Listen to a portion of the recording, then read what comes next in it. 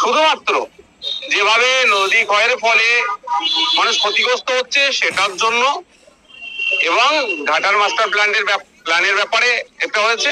কিন্তু দুর্ভাগ্যের বিষয় সরকারি কর্মচারীদের যেটা প্রাপ্য, তাদের হকের প্রাপ্য, সেটা তাদেরকে দেওয়া হচ্ছে না। মাত্র 4% দিয়েছে। আমরা বারবার বলছি, খেলা মেলা করে যখন হাজার হাজার কোটি টাকা বিভিন্ন জায়গায় খরচ হচ্ছে, সেখানে সরকারি কর্মচারীদেরকে কেন তাদের হকে দিয়ে বুঝিয়ে দেওয়া হচ্ছে না?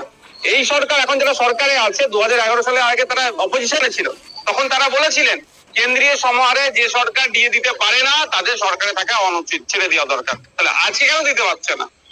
অন্যান্য ক্ষেত্রে যেগুলো অপ্রয়োজনীয় আমি মনে করছি, সেখানে হাজার হাজার কোটি টাকা খরচ করছে। আর সরকার, একটা সরকার এগিয়ে যেতে, সরকার যেটা চলছে পশ্চিমবাংলায়, যারা অগ্রণী ভূমিকা রাখে অবশ্যই আমাদের সরকারি কর্মচারীরা, তাদের অক্লান্ত পরিশ্রমের ফলে আমরা একটা, তারা আমাদের রাজ্য এগিয়ে যাচ্ছে।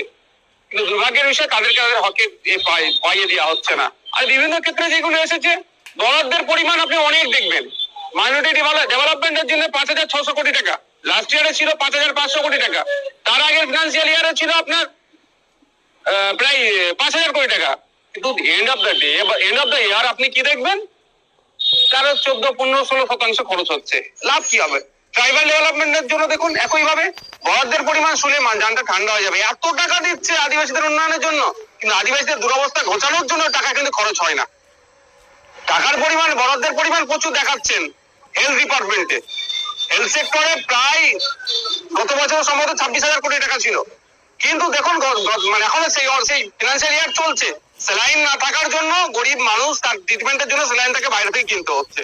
পর্যাপ্ত পরিমাণে মেডিসিন নাই, যে টাকা বরাদ্দ হচ্ছে সে টাকা খরচ হচ্ছে না। এই বছরে স্কুল এডুকেশনে প্রায় 41,000 কোটি টাকা বরাদ্দ হয়েছে। শুনতে খুব ভালো লাগছে, কিন্তু খোঁজ নিয়ে দেখুন এই 2024-25 অর্থবর্ষে কত স্কুল কম্পোজিট গ্রান্ট পেয়েছে। যে কম্পোজিট গ্রান্ট গুলোতে নিয়ে চক ডাস্টার থেকে শুরু করে, কোশ্চেন থেকে ছাপানো থেকে শুরু করে, স্কুলের ইলেকট্রিক বিল দেওয়া থেকে শুরু করে এই সমস্ত কাজগুলো হয়, সেগুলো হচ্ছে না। অন্তঃসার শূন্য একটা বাজেট, শুধু কিছু কিছু জায়গায় চমক দিচ্ছে। প্রকৃত অর্থে মানুষেরও লাভ হোক সেই বাজেট দেখতে পাচ্ছি না। কিছু শিল্পপতিদের লাভ হবে, কিছু পুঁজিপতিদের লাভ হবে এই বাজেটের মাধ্যমে। বিজেপির যে ওয়াকআউট, বিজেপি বলছে বেকার বিরোধী বাজেট, কি বলবেন? কোনো চাকরি তো দিশা নেই, কোন চাকরির দিশা নেই বাজেটে। 2022 সালে, গতকালকে 2022 সালে যারা টেট পরীক্ষায় পাস করে আছেন, তাদের এখনো মানে তাদের নিয়োগ তো দূরের কথা, পরে যে স্টেপ আছে সেগুলো কোনো হচ্ছে না। এটা 25 চলছে, তারা চপ বিক্রি করছে, প্রতীকী চপ বিক্রি প্রতিভা জানাচ্ছে। কোনো মানে চাকরির ক্ষেত্রে মানে যুব সমাজকে দিশা দেখানোর কোনো এই বাজেটের মধ্যে দেখতে পাচ্ছি না। শুধুমাত্র এটুকু চমক রেখেছে ভোট ব্যাংকে ধরে রাখার জন্য। বাজেটে আগে লক্ষ্মী ভান্ডার নিয়ে অনেক কথা হচ্ছিল, এই বাজেটে কোনো কথা হয়নি। এখন তো ভোট নেই, এখন বাড়বে কি করে? ওটা দেখবেন ভোটন বাজেট যখন হবে 2000 আপনার এই 26-এ হবে, তখন দেখবেন লক্ষ্মীর ভান্ডার বাড়াবে, তখন ভোটের দরকার। লক্ষ্মীর ভান্ডার দিয়ে তো প্রকৃত অর্থে মা বোনেদেরকে উপকৃত করতে চাইছে না। যদি প্রকৃত অর্থে মা বোনেদের উপকৃত করতে চাই, তাহলে আমি বলবো 5,000 টাকা করে লক্ষ্মীর ভান্ডার দেওয়া দরকার, এবং রাষ্ট্র তার পরিবর্তে রাজ্য কিছু কাজে তাদের কাছে বুঝে নিন।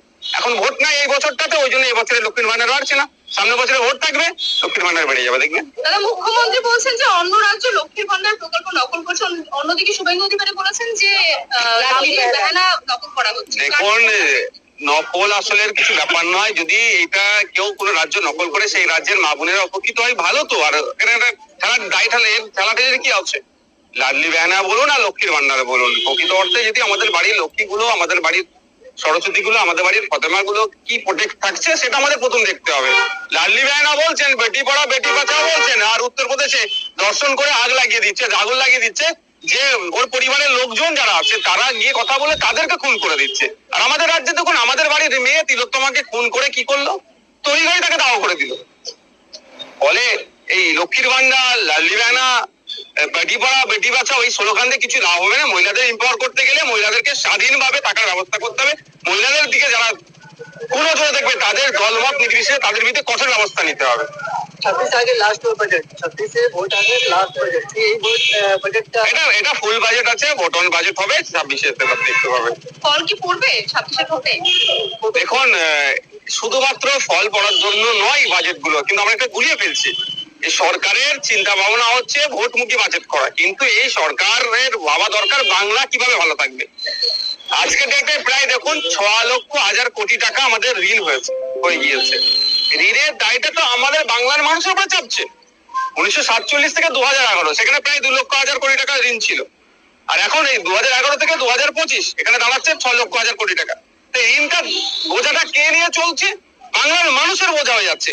মুখ্যমন্ত্রীর চেয়ারে বিগত দিনে বুদ্ধবাবু ছিলেন, তারপরে মমতা দিদি আসলেন, আগামী দিনে যে কেউ আসতে পারে, কিন্তু বোঝাটা বাংলার মানুষকে বইতে হবে। কিভাবে আমরা বোঝা বইছি? এই নিত্য প্রয়োজনীয় জিনিসের দাম বাড়ছে, জিএসটি বাড়ছে, এগুলো হয়ে আমাদের মাথা থেকে কাটিং হচ্ছে। এটা কিভাবে কমানো যায়? এরা বারবার বলছে যে নাকি জিএসডিপি বেড়ে যাচ্ছে। ভালো কথা, জিএসডিপি বাড়লে আমরা যতটুকু, আমি অর্থনীতির ছাত্র নয়, কিন্তু যতটুকু একটা সাধারণ বাচ্চা ছেলেও বলতে পারবে জিএসডিপি বাড়া মানে তাহলে আমার আপনার হাতে টাকা থাকবে। আপনি দেখুন যে পরিবার পিছু খরচের, এটা দেখলে আপনি বুঝতে পারবেন আমাদের নিচে মাত্র 2টো রাজ্য আছে শহরে, আর শহর বা গ্রামের এলাকায় যদি ভাগ করা হয় যে পরিবার পিছু আমরা খরচ কত করছি, মাত্র 2টো রাজ্য আমাদের পিছনে আছে, সবাই আমাদের আগে। কেরালা, পাঞ্জাব দেখুন তাদের পরিবার পিছু মাসে কত খরচ করছে। খরচ কিভাবে করছে? তাদের হাতে টাকা আছে বলে বেশি খরচ করতে পারছে। আমাদের রাজ্যের মানুষের হাতে টাকা কম বলে আমরা খরচ কম করছি। তো এরা জিএসডিপির অনেক দেবে, অনেক তথ্য দেখা দিচ্ছে, কিন্তু তথ্যের সত্যতা আর বাস্তবটা কি আছে সেটা এড়িয়ে যাচ্ছে। যখন এই প্রশ্নগুলো করছি তখনই আমরা খারাপ হয়ে যাচ্ছি।